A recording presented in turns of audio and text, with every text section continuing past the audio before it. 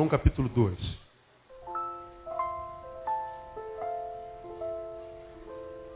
Foi aqui que Jesus começou o seu ministério, numa festa de casamento. Eu acho que não foi à toa. Acho que ele começou no casamento porque ele quer mostrar para nós que a primeira vez a gente nunca esquece, não é? E ele quis começar no casamento do seu ministério, transformando água em vinho. Todo mundo conhece essa história. Não precisaria nem ler todo o texto, mas ainda assim eu vou ler para que você possa entender o contexto. Há muitos que estão sem Bíblias. Eu queria fazer alguns comentários rápidos sobre esse episódio no qual Jesus transforma água em vinho. E ele aconteceu assim. 3 dias depois, houve um casamento em Caná da Galileia. E estava ali a mãe de Jesus. E foi também convidado Jesus com os seus discípulos para o casamento. Tendo acabado o vinho, a mãe de Jesus lhe disse: eles não têm vinho.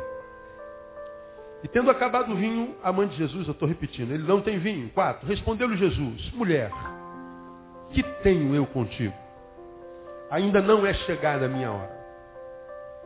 Disse então sua mãe aos serventes: fazei tudo quanto ele vos disser. Ora, estavam ali postas 6 talhas de pedra para as purificações dos judeus, e em cada uma cabiam 2 ou 3 metretas. Essa medida era algo aproximado a 40 litros, cada metreta 40 litros. E dentro de cada talha cabia 2 ou 3 metretas. Então, entre 80 e 120 litros de água. Ordenou-lhe Jesus: enchei de água essas talhas. E encheram-nas até em cima.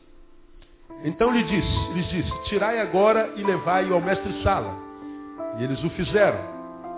Quando o mestre-sala provou a água tornada em vinho, não sabendo de onde era, se bem que o sabiam os serventes que tinham tirado a água, chamou o mestre-sala ao noivo e disse-lhe: todo homem põe primeiro o vinho bom, e quando já tem bebido bem, então o inferior. Mas tu guardastes até agora o bom vinho. Assim deu Jesus início aos seus sinais em Caná da Galileia e manifestou a sua glória, e os seus discípulos creram nele. Depois disso, desceu a Cafarnaum, ele, sua mãe, seus irmãos, seus discípulos, e ficaram ali não muitos dias. Esse é o episódio do início do ministério do Messias, o primeiro milagre de Jesus, e foi feito numa festa. E o interessante é que, se a gente analisar espiritualmente falando, sociologicamente falando, como crentes críticos e metidos a bestas que somos, não é? A gente podia fazer uma crítica desse início ministerial de Jesus, e só não fazemos porque foi Jesus. Se fosse outro, ia ser um problema. Será que não tinha um milagrezinho mais importante para Jesus fazer do que transformar água em vinho? Como quem diz assim: o vinho não pode faltar. Não é o que o texto está dizendo? Sim ou não? Sim. Então, se você pode, diga a esse irmão que está do seu lado: o vinho não pode faltar, irmão.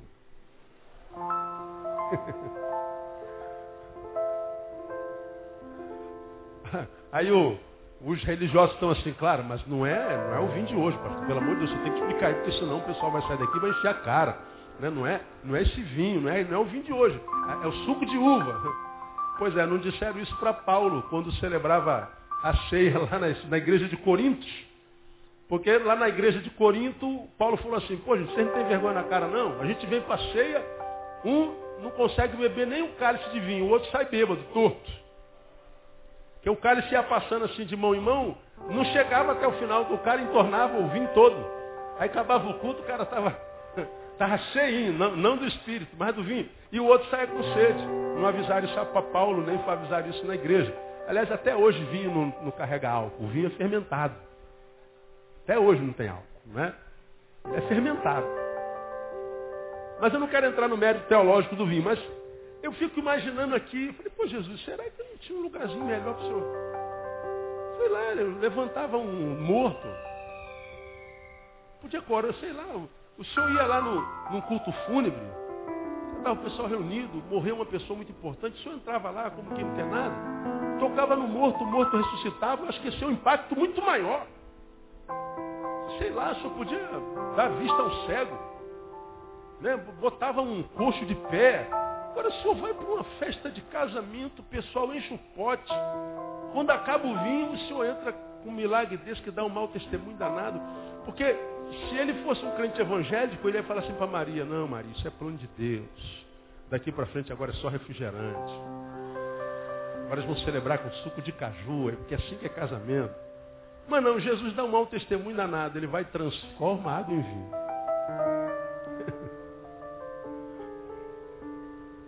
Como quem diz assim, o show não pode parar. A festa não pode acabar. Agora deixa eu mostrar para você como é que é o enredo de um casamento judeu até hoje. Primeiro, casamento judeu, geralmente, ele é acordado quando a menina faz 13 anos e quando o menino faz 18. E quem acorda o casamento de ambos são os pais. O casamento não é feito pelo amor. Se eles se apaixonarem num caminho, amém. Mas se não, não. Vão ficar casados até que a morte separe e vive aquele tipo de casamento que você sabe. Como muitos que a gente conhece. Né? Casamento de mentira, casamento da porta para fora, do portão para fora, mas nunca do portão para dentro. Até hoje é assim. Então o pai combinava com outro pai, um tinha uma filha, outro tinha um filho, e eles então faziam um acordo: minha filha casa com a tua, teu filho casa comigo. Agora, o que você tem através do teu filho para me oferecer pela minha filha? Qual é o dote? Então, dependendo do dote que fosse oferecido pela menina, por exemplo, nós somos vizinhos, e eu moro do lado daquela família que eu sei que tem uma menina que está para fazer 13 anos. Então eu, que tenho um filho, que está na adolescência, também procuro aquele vizinho: eu estou vendo que a sua filha ainda não tem compromisso, eu queria fazer uma proposta. E ele apresentava o dote e o pai entregava a filha ou não. Então, aos 13 anos, essa filha já era entregue a outra família cujo filho tinha 18. E eles então estavam compromissados. Passavam por um período de noivado que durava 1 ano. E nesse período de noivado, ele já pertencia ao outro, só que não podiam ter relações sexuais. Mas já estavam compromissados, a palavra não podia mais voltar atrás. Era um período de adequação, era um período de conhecimento. Eles estavam juntos, mas não podiam ter relações sexuais. Até que então o casamento acontecia. Como é o casamento judeu? O casamento judeu, ele é tramado nesse ano de noivado, durante 1 ano. Convida-se as pessoas para a celebração e convida-se toda a região, todo o bairro, convida todos os vizinhos. Não é como a gente, que conhece 1 milhão de pessoas, só convida o dízimo. 100 pessoas para o nosso casamento. A gente convida o número de pessoas que o nosso dinheiro tem para pagar o buffet. Tem buffet para 100 pessoas, para 200 pessoas, a gente pode pagar um buffet de 500.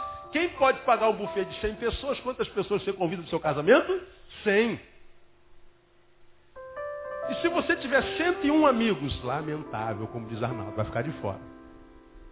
Né? Ou então a gente convida verbalmente e não dá o convite para o casamento, como acontece da cerimônia, da festa. Né? Hoje, nossos convidados são a proporção das nossas posses. Lá não. Todo casamento tinha que se convidar toda a região. Tinha que se convidar o vilarejo. E assim o era. Mas tinha um agravante.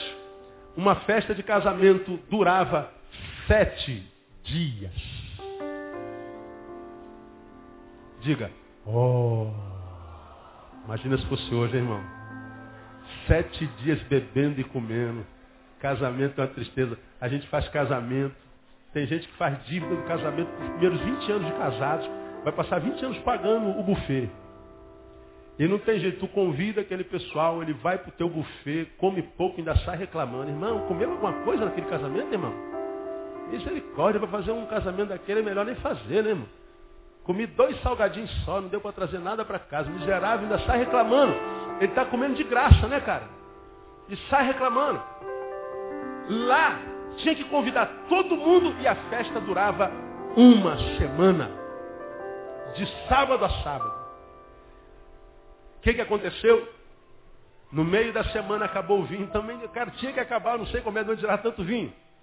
Agora, suponha que no nosso casamento, no sábado à noite, vira lá a madrugada, acabou a Coca-Cola, sei lá, no caso de alguns, acabou a cerveja, acabou o vinho. Ora, se acabou a cerveja, o que acontece com os noivos? Acontece alguma coisa com os noivos? Se acabou o refrigerante, acontece alguma coisa? Não. Ó, rapaziada, acabou a Coca-Cola, lamento. Vai embora todo mundo, não aguenta beber água, vai embora. Acabou, e fica por isso mesmo. Alguém pode falar aqui, pode reclamar aqui, mas não dá nada para o noivo. Agora escuta o que eu vou lhe falar, você vai entender isso aqui. Se numa festa de casamento acabasse o bolo, acabasse a comida, acabasse a luz, acabasse o salgadinho, não tinha problema nenhum. Mas se o vinho acaba num casamento judeu, você está ministrando a maior ofensa que se pode ministrar a convidados que estão na sua festa. Num casamento judeu, não pode acabar o vinho, porque acabando-se o vinho, instaura-se naquela cerimônia um caos, literalmente. Porque é uma ofensa convidar e não dar vinho.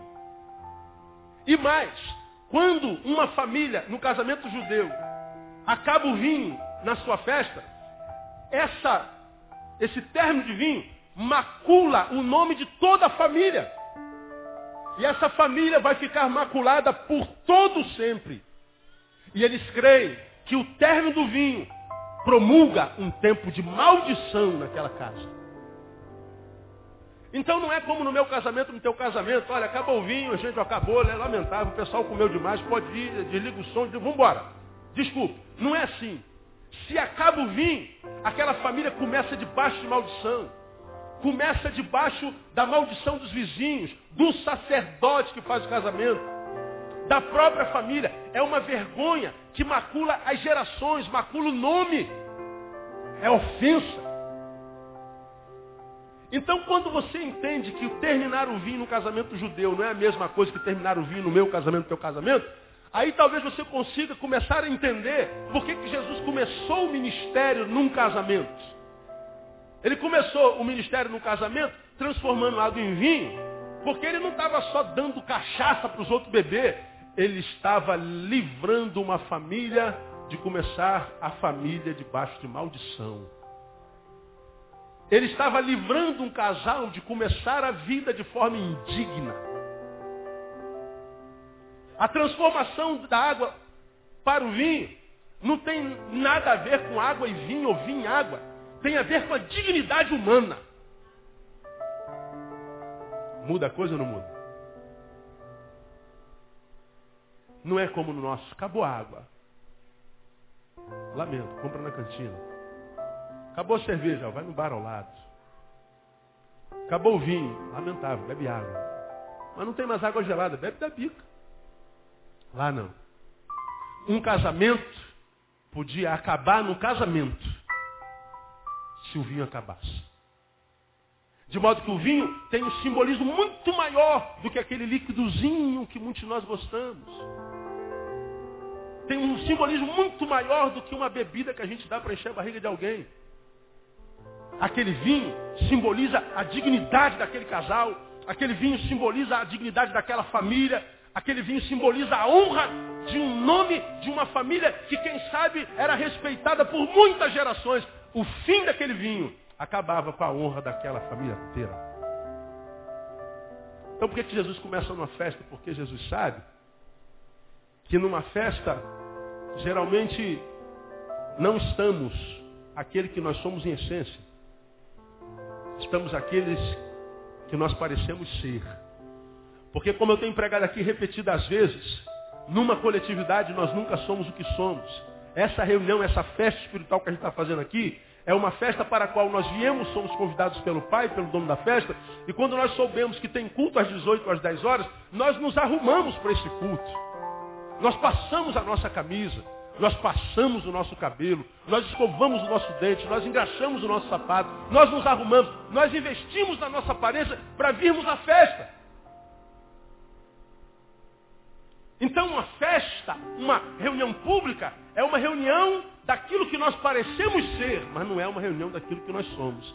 Por isso que nós vamos na boca do Eclesiastes, ele diz assim, é melhor ir à casa onde há luto do que a casa onde há festa.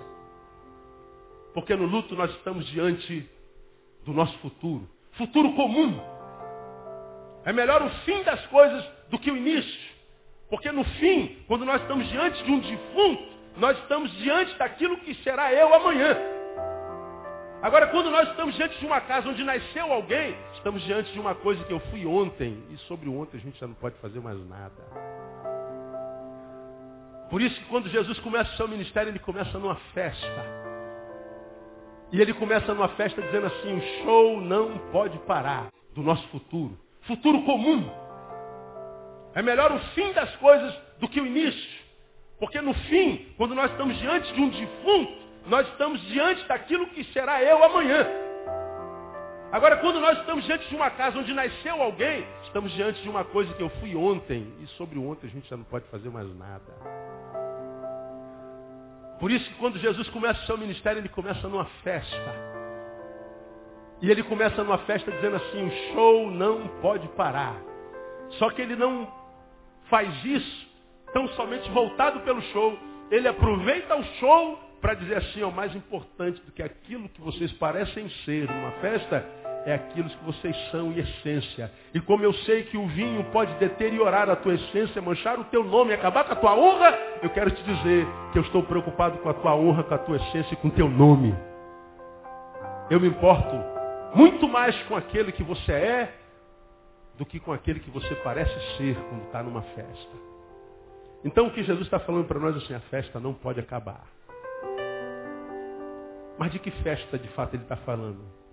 Da nossa dignidade. Ele não está falando do ajuntamento de uma semana. Ele está falando da festa do nosso interior, do nosso coração, da nossa essência. Daquele eu que só eu sei que existe, daquele tu que só tu sabe que tem aí dentro desse peito. Daquele ser como eu tenho pregado aqui que nós somos quando não tem ninguém olhando para nós. Eu amo Jesus por isso. A Bíblia é um livro muitas vezes aparentemente difícil. Como é que a gente vai ler um negócio desse e vai entender isso, pastor? Como é que a gente vai ler e saber que um casamento durava 7 anos, que o vinho tinha essa significância? Como é que a gente vai... Como é que alguém vai explicar a Bíblia para a gente? Por isso que a gente tem que saber onde é que a gente está. Ninguém pode viver sem mestres. Todos nós de Neil, que aqui está, até o último que lá encostado no muro está, nós precisamos ter gente que esteja sobre nós, que nos ensine a palavra de Deus, como Filipe, aquele eunuco que estava lá no deserto. A Bíblia diz que Deus tirou Filipe do meio de uma multidão e o arrebatou lá para o deserto. E lá tinha um eunuco caminhando sozinho, sendo carregado sozinho, lendo a palavra. Pela lógica humana também parece lógico. Como é que Deus vai me tirar aqui, dá a oportunidade de ministrar uma massa desse tamanho e me transporta pelo Espírito lá para um deserto para ministrar a uma pessoa? Porque para Deus, multidões não existem. O que existe são indivíduos. Você já aprendeu que Deus não lida com multidões, Deus lida com indivíduos. Deus não fala conosco, Deus fala comigo e contigo. Deus não lida com essa massa, Deus lida com cada indivíduo dessa massa. E Deus tirou o Filipe da massa e levou lá para o deserto para ministrar para um homem que estava lendo a Bíblia. E Filipe pergunta assim, você entende o que lês? Qual foi a resposta dele? Quem se lembra? Como eu posso entender se não há quem me explique? Filipe explica a palavra de Deus para ele. E ele então entende o que é o batismo e diz, eis as águas que me impedem de ser batizado. Diz o texto que ele foi batizado nas águas e Filipe foi arrebatado de novo, voltou para o lugar de onde ele estava. A palavra de Deus precisa ser explicada, nós precisamos entender essa palavra porque os apóstolos tinham razão quando disseram, a tua palavra é o nosso alimento. A palavra de Deus tem razão quando diz que lâmpada para os meus pés é o quê? Tua palavra e luz para os meus caminhos. Precisamos entender a palavra porque é por ela que a nossa vida se avaliza, se abaliza. E esse texto, se a gente analisar sem contexto, sem reflexão, a gente vai dizer, pô, Jesus começou fazendo um milagre estranho, transformando água, que é essencial, em cachaça, que não é essencial. Mas você está entendendo que não é nada disso. Deus estava preocupado em Jesus com a dignidade de 2 jovens que começavam uma carreira conjugal naquele instante. Deus se preocupa com a dignidade de cada ser humano. Quem pode dizer glória a Deus por isso, irmão? Diga, irmão, que está do seu lado. Deus se preocupa com você individualmente, amado. Louva a Deus por isso. Bom, estamos, portanto, diante dessa festa. Essa festa para nós, então, é uma escola, agora à noite, e Jesus é o professor. A festa, uma escola. Jesus, o professor. E o que a gente aprende já que eu lhes expliquei esse contexto? Primeiro, sem Jesus, nossas festas acabam mesmo. Onde é que a dignidade desses meninos aqui começou a ser restaurada? Quando Jesus começou a operar o milagre? Não. Eu digo para você, quando é que a dignidade desses meninos foi preservada? Veja o versículo 2. Não, 1 e 2. 1. 3 dias depois houve um casamento em Caná da Galiléia. Leia o restante do versículo 1 para mim, por favor. 3 dias depois houve um casamento em Caná da Galiléia. Leia o restante do versículo para mim, por favor. 3 dias depois houve um casamento em Caná da Galiléia. Leia o restante para mim, por favor. Versículo 2, leia para mim, por favor.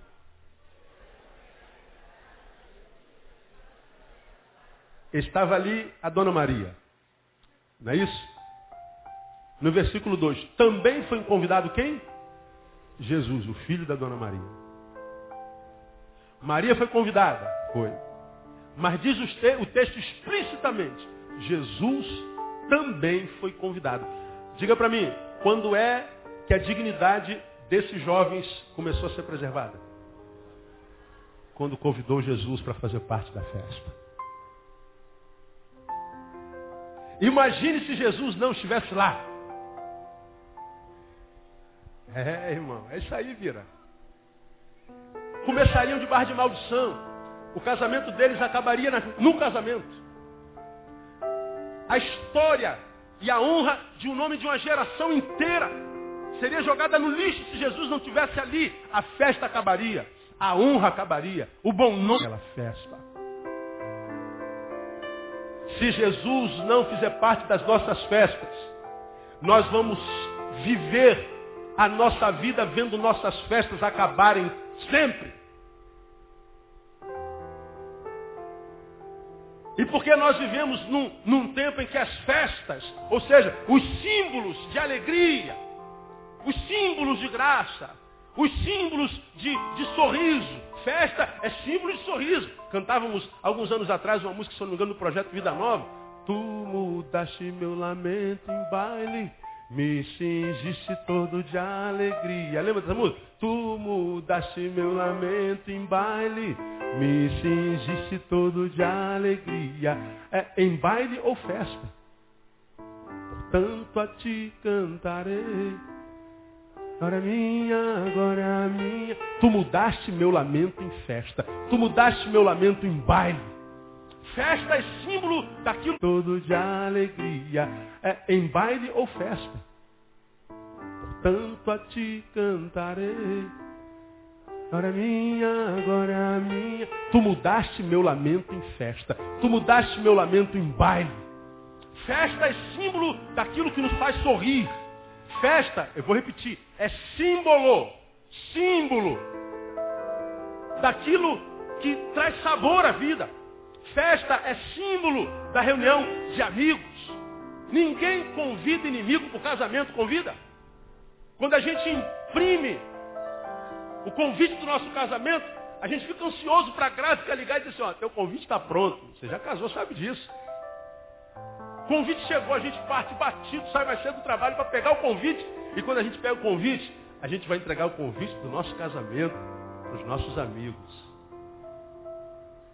E quando a gente vai casar, a gente fica bolando como é que vai ser o nosso convite, né? Ninguém quer ter um convite igual de todo mundo quer ter um convite personalizado. Principalmente, se for possível, ter um convite para o qual nossos convidados olhem e não falem, mas pensem, caramba, arrebentaram a boca do balão, né? A gente gosta de ver a cara dos nossos convidados quando pegam nossos convites. Quem não casou vai viver isso ainda. Agora, ninguém pega um convite desse precioso e entrega para o seu maior inimigo.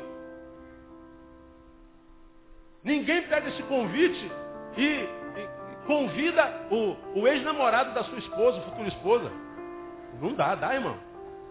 Não dá. É derrota. A gente só entrega convite para amigo. Portanto, a festa simboliza a reunião de gente chegada, de gente amiga. Agora, sabe o que está acontecendo conosco nos dias de hoje? Nossos símbolos de alegria, aquilo que representa a satisfação de vida, aquilo que simboliza a alegria de acordar de manhã, mesmo que seja de madrugada, segunda-feira para trabalhar, e dizer assim, glória a Deus, acordei mais uma vez, eu estou vivo, não morri durante a noite. Aquilo que faz a gente acordar para a vida e ir para a vida com alegria, como quem está celebrando a Deus pelo privilégio de estar vivo, essa coisa que traz significância à nossa existência. Esses símbolos de alegria estão ficando para trás. O que a gente vê é suicídio todo dia. O que a gente vê é gente se chafurdando na droga o tempo inteiro, o dia todo. O que a gente vê é família sendo acabada todo o tempo no caminho. O que a gente vê são símbolos de morte, símbolos de dor, porque as nossas festas não duram mais nada. Aí criam-se os adágios. Alegria de pobre. Como é que é? Dura pouco. Está escrito na Bíblia isso, não está não? Não, né? A palavra de Deus diz que a alegria de pobre dura pouco. Como eu já vi um presbítero uma vez pregar. A palavra de Deus diz que quem se mistura com porcos, farelo come. Eu falei, qual palavra mesmo? Palavra de quem que fala isso? Não fala não. Mas é uma verdade popular. A alegria de pobre dura pouco. Olha o adágio. O que esse adágio está dizendo? Festa de pobre acaba logo, gente. Esmola demais. O que acontece? Está escrito na Bíblia também, não está? Pois é. Neil 3:4. Né? Quando a esmola demais, o santo desconfia. Ou seja, se alguma coisa boa está acontecendo comigo, eu preciso desconfiar. Existe uma síndrome chamada, se eu não me engano, de Polícrates, que incapacita a pessoa de celebrar qualquer vitória. Porque na síndrome ele acredita que diante de toda vitória vem uma contundente derrota. Depois de tudo de bom que acontece comigo, certamente virá alguma coisa completamente desgraçada. Então uma pessoa doente, mesmo que ele esteja diante de uma grande vitória, ele não celebra, porque ele já sabe que depois dessa vitória vem uma desgraça. Doença. Agora, de onde vem isso? Da falência dos símbolos de festa, da razão para viver, da razão para acordar, da permanência da alegria que gera vontade de acordar todo dia, de nos encontrarmos com os amados o tempo todo, de não desistir e de crer que amanhã vai ser melhor do que hoje. O que esse texto está dizendo é que se Jesus não fizer parte das nossas festas acabam. Por que a nossa sociedade vive essa vida inconstante? E quando eu falo dessa sociedade, eu falo de nós também, porque nós fazemos parte disso, gente. Tem dia que a gente está querendo viver 200 anos. Tem dia que a gente queria ter morrido ontem. É muito bom trabalhar com gente, porque a gente aprende muito com gente. A gente recebe 100, 200 e-mails dia. E às vezes, depois de uma palavra como essa, todas as palavras que eu prego geralmente são contundentes. Aí aparece uma meia dúzia revoltada com a palavra. Essa semana eu estou horrorizada com a sua palavra. E eu falei, deixa eu ver que palavra foi essa. É uma palavra que ela ouviu que eu preguei há muito tempo, quando eu disse que o tudo não basta. Quem se lembra dessa palavra aí? Algum de vocês, né? Eu falei, quando é que a pessoa tem tudo, não falta nada? Está bem empregado? Está. Passou no concurso? Passou. Os filhos passaram no vestibular? Passaram. Tem casa própria? Tem. Esposa linda. Apaixonada? Apaixonadérrimo. E ela? E muito mais por mim. E a igreja? Vai tudo bem. E os amigos? Fiéis, pastor. E a saúde de touro? E a alegria? Não, essa me fugiu. Quando o tudo não basta. Eu preguei esse sermão. E ela ouviu, estou horrorizado dessa palavra. E ela é uma. Adivinhe. Tem tudo ou tem nada? Alternativa 1, ela tem tudo. Alternativa 2, ela tem nada. Qual que você escolhe? 1 ou 2? Ela tem tudo. Agora, segunda pergunta. Ela é feliz? Alternativa 1, não. Alternativa 2, sim. Qual é o que você escolhe? Não. Terceira pergunta, por que ela me escreveu? Porque ela não gostou de ouvir que, embora eu tenha tudo, ela seja infeliz. Aí ela escreve pra gente com raiva, só falta xingar a gente. Às vezes eu recebo e-mails de ovelhas brigando comigo. Por exemplo, a gente recebe e-mails de filhos reclamando do pai. Porque o pai ouve o sermão 10 anos. Na igreja ele é uma coisa, em casa é outra. Aí briga comigo, eu que tenho culpa. Como é que pode uma pessoa ouvir a palavra a vida inteira e não mudar, pastor? Pergunta seu pai, filha. Não é a mim. A gente está sempre querendo respostas e algumas respostas da nossa vida nunca virão. Nunca virão. Agora eu acho que essa palavra aqui é uma resposta para um monte de vocês que vive uma vida completamente irregular. Nunca está equilibrado. Equilíbrio, diria aquela mulher, isso não te pertence mais. Não adianta. Ou você vai estar elétrico na alegria, quem sabe um êxtasezinho, né? Mas no outro dia você vai estar em depressão querendo morrer. Quem sabe o fim do êxtasezinho, né? A gente não consegue viver uma vida de equilíbrio 2 dias. A gente não consegue estar bem em uma semana. Agora, por que a gente não consegue estar bem em uma semana? Porque nós somos refém das circunstâncias. Nós dependemos do que está acontecendo do nosso lado para estarmos bem ou não. Pagou a conta? Estou bem. Chega a conta no outro dia, estou mal. Minha esposa dormiu de lingerie. Eu estou bem amanhã de manhã. Dormiu de calça comprida. Eu quero matá-la. Passei no concurso, glória a Deus. Fui demitido, morra. Disseram que eu cortei o cabelo e o corte de cabelo ficou bom. Ninguém viu que você cortou o cabelo? Pronto, acabou. Teu amigo não te vê há 3 meses. Nossa, você emagreceu. Nossa, isso vai lá no cerne da alma de uma mulher. Você está mais magrinha. Não te vê há 4 meses. Você está forte. Pronto, quer morrer. Ele depende do que acontece do lado de fora. Agora, irmão, esquece fé. Pode jogar fé aí no chão. Esquece que você tem fé. Não precisa ter fé, não. Só usa teu raciocínio. Quem é refém das circunstâncias tem como viver uma vida equilibrada? Não tem, irmão. Porque ninguém tem tudo do lado de fora em ordem o tempo inteiro. Aliás, não tem quase nunca. Então, se eu sei que as coisas do lado de fora não vão bem, leia o jornal. Liga a televisão, abra a janela. Olha para fora do ônibus e olha quem está sentado no teu ônibus. Veja o que é a tua sociedade e você vai ver o que está dentro da sociedade. Pelos frutos os conhecereis. Nós vivemos, como eu preguei domingo retrasado, a sociedade mais linda que já pisou na terra. Nunca tivemos tanta gente bonita no mundo. Falei no domingo retrasado, tirando o mercado pornográfico, sexual, o mercado que mais vende no planeta é o estético. Não tem mais cabelo duro, como tem dito aqui, irmão. Não tem mais feio. Não tem mais pé de galinha. Dá uma olhadinha para a irmã que está do seu lado, vê se tem pé de galinha. Não tem, botox resolve. As pessoas com aquela boca, né, deformada. Não tem mais gente feia. Não tem mais homem magro, é tudo malhado. Tudo anda com a camisa apertadinha. Não é? Camisetinha, ou então coladinha aqui para mostrar o bíceps. Não é? Todo mundo bonito. Mas nunca tivemos uma geração que produziu tanta desgraça. Nunca vivemos um tempo de tamanha barbárie e violência. Nunca vivemos um tempo tão desgraçado. Um tempo tão maldito. Tão marcado pelo medo, pela desconfiança. Nunca fomos tão bonitos do lado de fora. Nunca estivemos tão podres e adoecidos do lado de dentro. Por quê?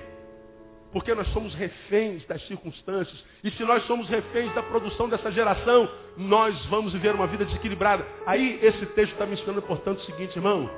Convida Jesus para as tuas festas. Convida Jesus para as tuas reuniões. Convida Jesus para as tuas festas pessoais. Convida Jesus para caminhar contigo no caminho. Convida Jesus para fazer parte intrínseca da tua existência. Porque nossas festas, portanto, nossas alegrias, se tornarão, se Ele não estiver lá, momentos esporádicos da nossa existência. Nós vamos ter durante o caminho alguns rompantezinhos de alegria. Vamos ter alguns momentozinhos de bem-estar. Nós vamos ter de alegria aquele tempozinho que a gente passa na rave. A gente vai ter um tempozinho de alegria, aquele que a gente está na cama com uma mulher nova, com um homem novo. Aqueles 15 minutinhos. A gente vai ter uma sensação de alegria enquanto fuma aquele cigarrinho de maconha. Que faz a gente dar uma viajada. Porra, tô maneiro, brother. Legal, mas aquele efeito acaba daqui a pouquinho. Quando o efeito acaba, no dia seguinte, a tua desgraça está dizendo: acabou o efeito, seu mané, estou aqui te esperando. A tua alegria vai ser aquela que a lourinha te dá, quando você toma ela bem geladinha. Com os teus amigos sentados à volta daquela mesa. Vou tomar uma gelada, né, irmão? Quem gosta aí, né, irmão? Não é meu caso, viu, gente? Não se escandalize. Eu sou mais uma pretinha. A tua alegria vai durar o efeito daquele álcool. Então a alegria na tua vida não mais existirá. Serão momentos estanques. Momentos raros. Flashes no teu cronos. E aí quando a gente só tem flashes de alegria, o que sobra é amargura, tristeza e decepção. Por isso, todo dia a gente tem 20 pessoas tentando suicídio no planeta. Todo dia a gente tem 3 pessoas conseguindo se suicidar no planeta. Por minuto. Sabe por quê? Porque a gente tenta ser alegre. A gente busca felicidade. Só que a gente busca felicidades que são ministradas à nossa vida através das nossas conquistas, através do que acontece lá de fora. E ele está dizendo, sabe por quê? A festa não terminou na vida daquele casal? Porque Jesus estava dentro daquela festa. Sabe quando é que as tuas festas nunca mais acabarão? Quando Jesus estiver dentro de você, de fato, de verdade, no nome de Jesus. E você quer saber? Hoje ele está dizendo assim: filho, eu estou à porta do teu coração agora e bato. Se você deixar eu entrar, eu sento na tua mesa, ceio contigo e faço de você a minha casa, a minha morada, no nome de Jesus. Dá uma catucada no irmão que está do seu lado e fala assim: se ainda não deixou, deixa Jesus entrar hoje, irmão. Convide Jesus para que tuas festas não terminem jamais. Peraí, pastor, o senhor está dizendo então se Jesus entrar não tem mais problema? Não. De jeito nenhum.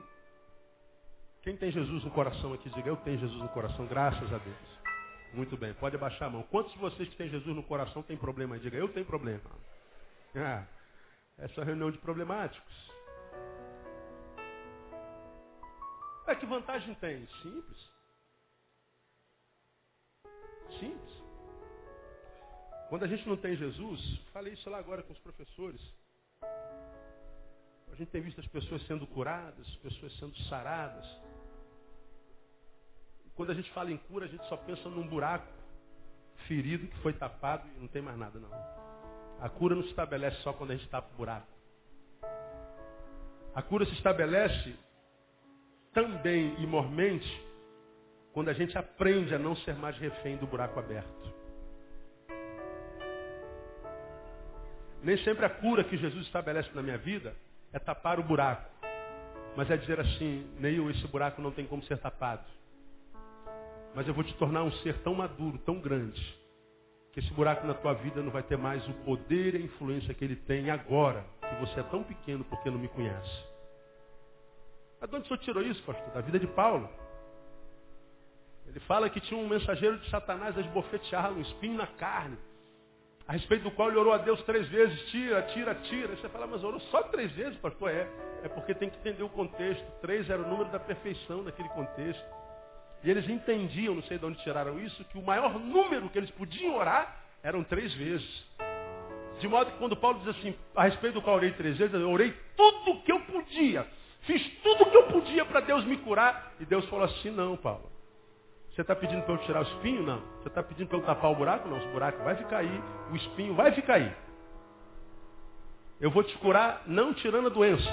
Eu vou te curar liberando sobre a tua vida mais graça. A graça que você tem te faz menor do que o buraco. Então o buraco te massacra. Eu vou te dar mais graça e você vai se tornar maior do que o buraco. Agora tu vai pisar no buraco. Coração e nossa mente, nossa emoção e nossa razão. É aquela paz, como eu já preguei aqui, muitíssimo diferente da do mundo. A paz do mundo são os rompantes de felicidade que eu falei, que se estabelece na nossa vida quando a gente resolve um problema. A gente resolve aquele problemão. Graças a Deus, acabei de pagar esse negócio.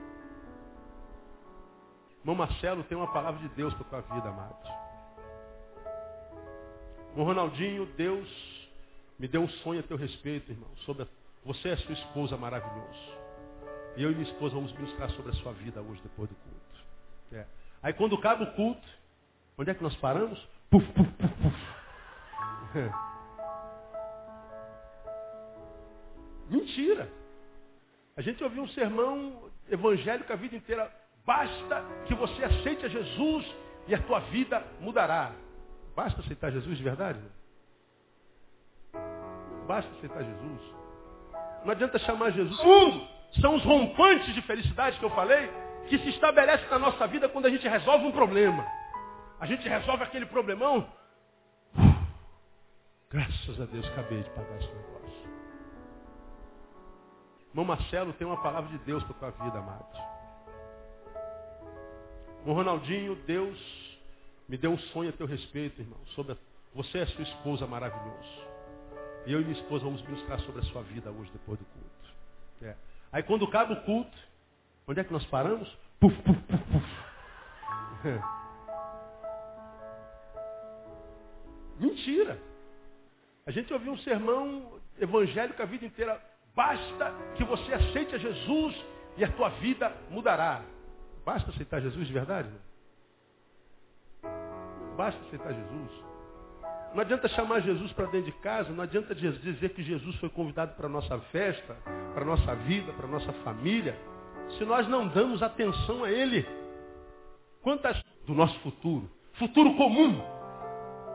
É melhor o fim das coisas do que o início. Porque no fim, quando nós estamos diante de um defunto, nós estamos diante daquilo que será eu amanhã. Agora, quando nós estamos diante de uma casa onde nasceu alguém, estamos diante de uma coisa que eu fui ontem. E sobre o ontem a gente já não pode fazer mais nada. Por isso que quando Jesus começa o seu ministério, ele começa numa festa. E ele começa numa festa dizendo assim, o show não pode parar. Só que ele não faz isso tão somente voltado pelo show. Ele aproveita o show para dizer assim, ó, mais importante do que aquilo que vocês parecem ser numa festa, é aquilo que vocês são em essência. E como eu sei que o vinho pode deteriorar a tua essência, manchar o teu nome, acabar com a tua honra, eu quero te dizer que eu estou preocupado com a tua honra, com a tua essência e com o teu nome. Eu me importo muito mais com aquele que você é do que com aquele que você parece ser quando está numa festa. Festa. Porque no luto nós estamos diante do nosso futuro. Futuro comum. É melhor o fim das coisas do que o início. Porque no fim, quando nós estamos diante de um defunto, nós estamos diante daquilo que será eu amanhã. Agora, quando nós estamos diante de uma casa onde nasceu alguém, estamos diante de uma coisa que eu fui ontem. E sobre o ontem a gente já não pode fazer mais nada. Por isso que quando Jesus começa o seu ministério, ele começa numa festa. E ele começa numa festa dizendo assim, o show não pode parar. Só que ele não faz isso tão somente voltado pelo show. Ele aproveita o show para dizer assim, ó, mais importante do que aquilo que vocês parecem ser numa festa, é aquilo que vocês são em essência. E como eu sei que o vinho pode deteriorar a tua essência, manchar o teu nome, acabar com a tua honra, eu quero te dizer que eu estou preocupado com a tua honra, com a tua essência e com o teu nome. Eu me importo muito mais com aquele que você é, mas eu bem sei que a minha vida está onde? Está nas mãos de meu Jesus. Declare que vivo está. Aleluia!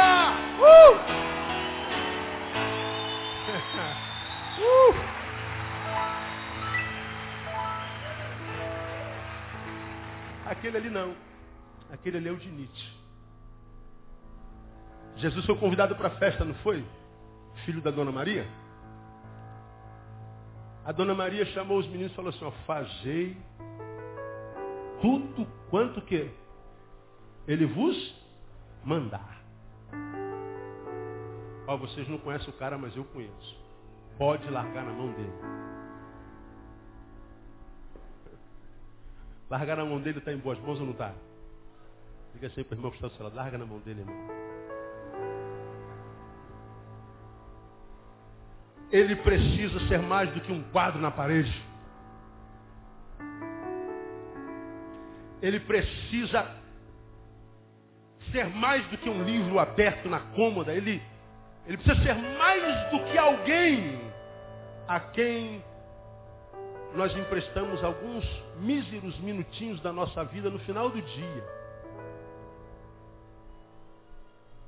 Aquela esmola do nosso tempo que a gente dá para ele. Passamos o dia inteiro longe dele. Quando a gente vai dormir, meia-noite, já trabalhamos de 8 às 18. Fomos do trabalho para a faculdade, dentro do ônibus passamos 4 horas do nosso dia inteiro. Chegamos em casa 11 horas da noite, já não chegamos nós, chegamos o nosso resto.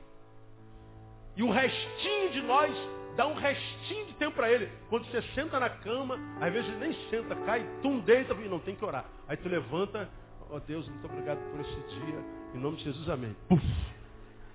Às vezes começa a orar, só acaba a oração no dia seguinte, que você dorme no meio da oração. Aí você quer que esse Jesus haja na sua vida. Não dá, irmão. Você acha que Jesus é mendigo? Você acha que Jesus aceita a esmola do seu tempo? Eu fico vendo uma multidão de vocês querendo falar comigo desesperadamente, fica ligando 10 vezes por dia. Pastor, eu preciso falar com o senhor, preciso falar com o senhor. Pastor, é urgente, é urgente. Todo dia eu recebo 20 ligações dizendo que eu preciso falar com o senhor urgente. Todo dia.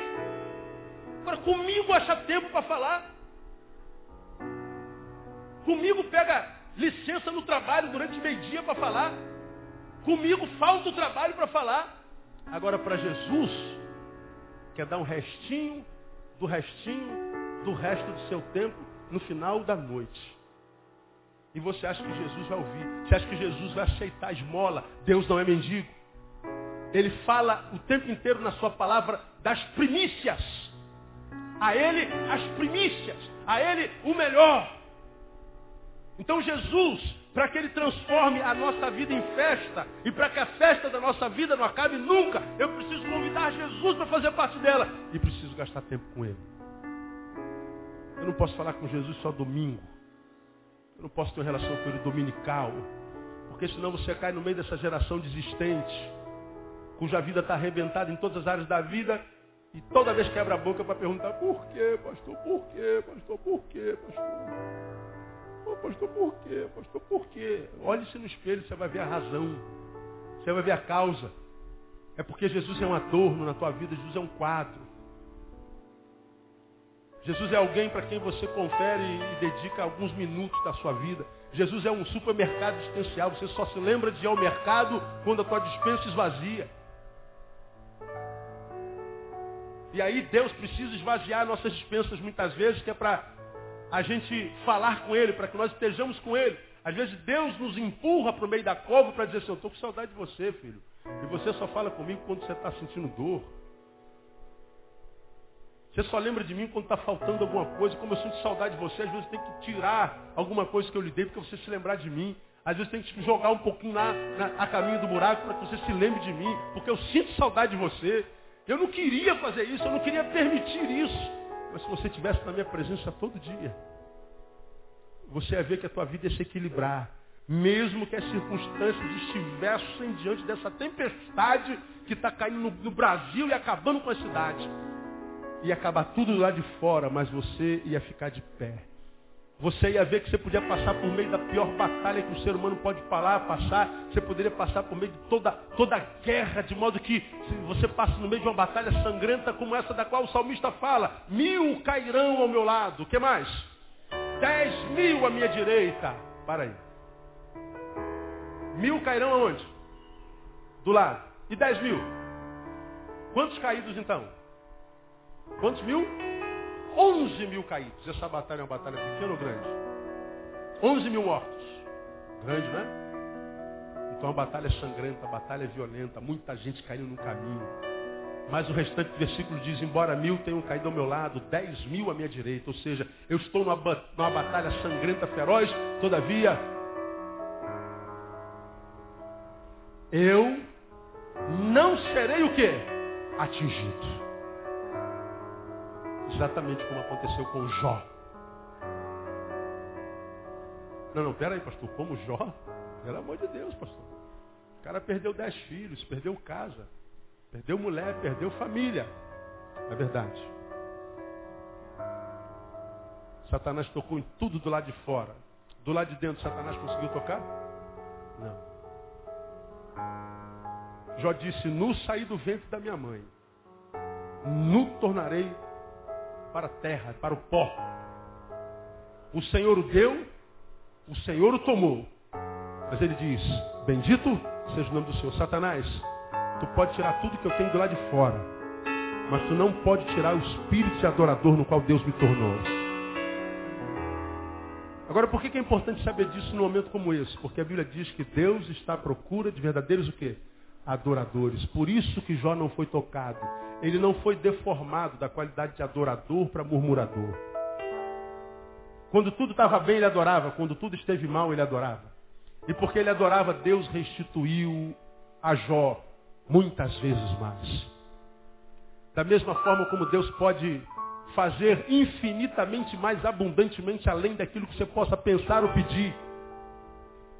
Que nós cantamos há bem pouco tempo atrás, eu fui no terreno de inimigo e eu tomei tudo que me roubou. Porque se foi Satanás quem te tirou, não pertence a ele. Se te tirou, quem te deu foi Deus. Se foi Deus quem te deu, só Deus pode tirar. Como não foi Deus, foi o diabo, você tem autoridade para ir lá e tirar da mão dele no nome de Jesus. E você pode meter o pé na porta do inferno, porque a Bíblia diz que você está no Senhor, as portas do inferno não prevalecerão. Jesus tem que ser mais do que um adorno. Termino. Primeiro, sem Jesus a festa acaba. Segundo, Jesus na festa, a presença de Jesus precisa ser mais do que um adorno. Terceiro, mais importante que os ritos religiosos, é a dignidade humana. Pastor, tem isso no texto? Tem. Veja o versículo 6. Ora, estavam ali 6 talhas de pedra. Para que eram essas 6 talhas? Leiam para mim. Para o quê? Para as purificações dos judeus. Aquelas talhas eram para um rito religioso. E olha para que rito era. Purificação. Essas talhas seriam usadas para purificar os judeus. Ora, as talhas estavam cheias de cachaça. O que aconteceu com os judeus? Continuaram impuros. Por que Deus em Jesus dá um mau testemunho desse danado? Você é um mau testemunho terrível de Jesus. Mas Jesus, como é que tu podes? Como é que tu podes pegar as talhas que era para purificação? Isso é tradição judaica, isso faz parte da história de Israel há 2.000 anos, há 4.000 anos, desde que Israel é Israel. Como é que o Senhor pode tirar talhas que servem para purificação, para esse rito religioso, e transformar água em vinho? Se fosse vinho em água, até a gente aceitaria, mas água em vinho? É porque Jesus está dizendo que o mais importante do que aquilo que a gente faz no patamar da religião é a dignidade do ser humano. O que eu mais gosto de Jesus é que Jesus não está nem aí para a religião. O que eu mais gosto de Jesus é que eu sou batista, mas ele não. O que eu mais gosto de Jesus, você pode ser católico, mas ele não. Você pode bater curimba aí, irmão, mas Jesus não bate. Religião é uma invenção nossa. E ele não cabe dentro dessa caixinha religiosa. Que bom que Jesus não é como os evangélicos. Que bom que Jesus não é como os católicos. Que bom que Jesus não é como os espíritas, como os islâmicos, os homens da bomba no peito. Que bom. Porque Jesus não está nem aí para a religião. Aquela festa não tinha cunho religioso. Aquela festa era celebrativa. Aquela festa com certeza teve, como sempre, um ou outro que saiu de lá meio alto. Teve que voltar para casa de táxi porque não podia dirigir. Né? E ainda assim Jesus fala assim, ó, esquece o rito de purificação. Vamos cuidar da dignidade desse casal. Olha que coisa linda, gente. Aí aqui a gente tem duas verdades. Primeiro, para você que não tem religião nenhuma. E ouviu a vida inteira no teu país, na televisão, com aquele crente chato que você tem na tua empresa, na tua fábrica. Olha, você precisa se converter, senão você vai para o inferno. Porque nós, o povo de Deus, né? Nós, o povo de Deus, ou seja, nós somos o povo de Deus, você não. Nós somos o povo de Deus, somos de Jesus, você não, você é ímpio, você vai para o inferno. E você, às vezes, fica naquela noia, meu Deus, eles são povo de Deus, eu não. Pô, por que eles são, eu não? Deixa eu falar para você, se Deus tem um povo, e o tem, esse povo, desse povo faz parte todo aquele que convidou Jesus para fazer parte da festa. E se você ainda não convidou Jesus para fazer parte da sua festa, independente da tua religião, convide hoje. E se Jesus entrar, e ele vai entrar hoje, é noite de salvação, você, ato contínuo, se torna povo de Deus. Porque a Bíblia diz, a todos quantos o receberam, deu-lhes o poder de se tornarem o quê? Filhos de Deus. A gente não nasce filho de Deus, a gente se torna por adoção em Jesus. A gente se torna quando convida Jesus a fazer parte da nossa festa. Segunda, é para você que é religioso e acha que porque tem uma religião, você está salvo, filho. Porque tem uma religião, você tem Deus. Porque tem uma religião e acha que o diabinho pode te usar. Vou trazer à tua memória só o episódio de Pedro. Jesus reunido com os discípulos, pergunta, rapaziada, o que está rolando aí a meu respeito na boca do povo? O que você tem ouvido aí, vocês que andam no meio da massa? O que estão falando a meu respeito? Ih, Senhor, uns estão dizendo que tu és Elias, outros estão dizendo que tu és Jeremias, outros estão dizendo que tu é a reencarnação deles, outros estão dizendo que tu é um dos profetas qualquer. Pô, mas é isso que estão falando de mim? Nada do que eu tenho dito ou feito consegue revelar a essa gente quem que eu sou? Eles não estão entendendo nada, não, estão achando que tu és uma reencarnação. Aí Jesus fala assim, meu Deus, e vocês? O que vocês acham que eu sou? Quem vocês acham que eu sou? Pedro, né? Colérico, aquele homem cheio de pulsão. Ah, eu sei, tu és o Cristo, o Filho do Deus vivo. Aí Jesus massageia o ego de Pedro. Muito bem, Simão. Ô, rapaz, tu arrebentou a boca do balão. Olha só, essa palavra que tu disseste, Pedro, não foi uma revelação da carne nem do sangue, não veio da tua sabedoria. Foi uma revelação direta do Pai. Pô, imagina o Pedro, né? Vai explodir. Se tivesse um alfinete ali, ele estourava. Passado alguns minutos, Jesus então se reúne com a rapaziada, como quem imagina que o povo dele tinha entendido. Porque do lado de fora ninguém entendeu nada. Jesus começa a falar do seu algoz, do seu sacrifício. Ele ia ser traído, ele ia ser preso, ele ia ser crucificado, ele ia ser escarneado, ia ser traído, iam escarnecer dele. E aí Pedro, ainda cheio do orgulho de ter sido recebido uma revelação do Pai, bota a mão no ombro de Jesus. Senhor, deixa eu bater um papo com o Senhor aqui pertinho, longe da rapaziada aí. Por favor, aqui. Ele veio. Aí ele separa Jesus e fala assim, Jesus, não fica bem se eu falar de dor, de via dolorosa, de cruz. Essa rapaziada aí não tem revelação do Pai igual a mim. Então não fica legal. Jesus olha para Pedro, aponta o dedo na cara dele e diz assim, para trás de mim o quê? Satanás. O mesmo homem que recebe uma revelação direta do Pai, não veio do anjo, do arcanjo, do serafim, nem do Espírito Santo, veio do Pai, e minutos depois é usado por quem? Pelo diabo. Então não pense que você é o cara porque você não é. A religião não quer dizer nada. Ou a gente desenvolve uma intimidade com Deus, que é através da qual nós nos mantemos simples e humildes e quebrantados diante dele, dando toda a glória para ele, porque nós somos o vaso de barro sobre o qual ele depositou o seu óleo. Ou nós, através da nossa religiosidade, nos ensoberbeceremos e viveremos uma vida diabólica em nome de Jesus. E viveremos em nome de Jesus uma vida diabólica. Porque esse texto me ensina que rito religioso não ajuda quando as entranhas do ser gemem. Quando é a alma que agoniza, não adianta ritos de purificação. Não adianta aumentar o valor da oferta. Não adianta ir para a igreja todo dia. O que adianta é ter Jesus dentro.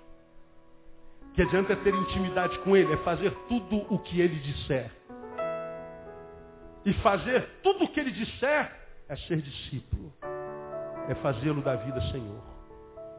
Porque discípulos obedecem ao Senhor.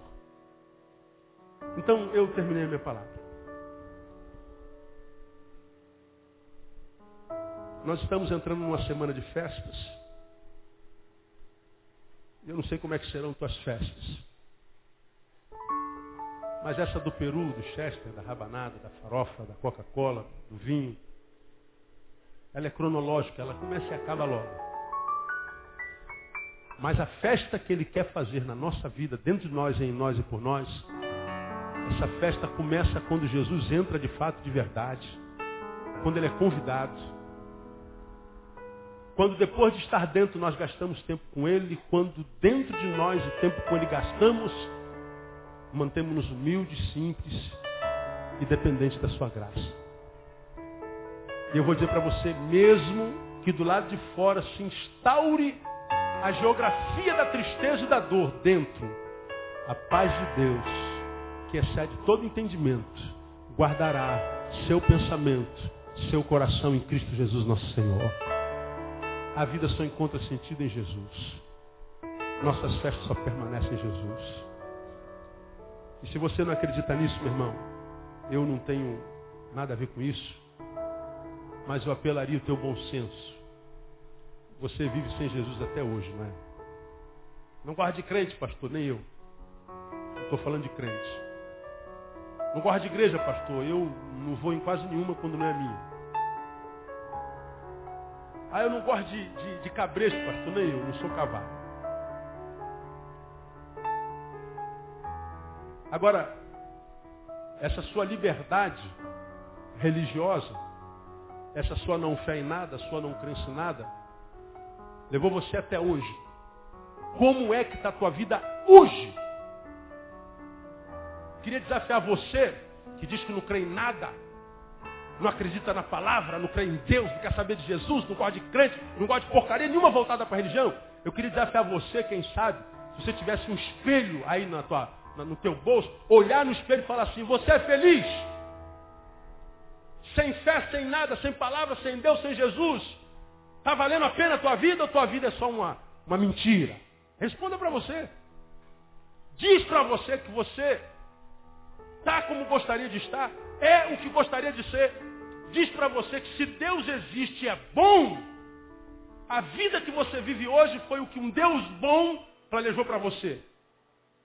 Não, pastor, se Deus existe, Ele é bom, não é possível que o que Ele tenha planejado para mim é isso que eu estou vivendo. Pois é. Então a tua não fé não ajudou em nada. Portanto, meu irmão, nosso convite nessa noite é para que você abra o teu coração e entregue a tua vida para Jesus. Para que as tuas festas de fim de ano sejam uma bênção. E para que as tuas festas de fim de ano não acabem no fim do ano, mas durem o ano inteiro, em nome de Jesus. Porque se Jesus não estiver lá, as festas acabam. Como noivo e a noiva se amam, eu te amo, Senhor.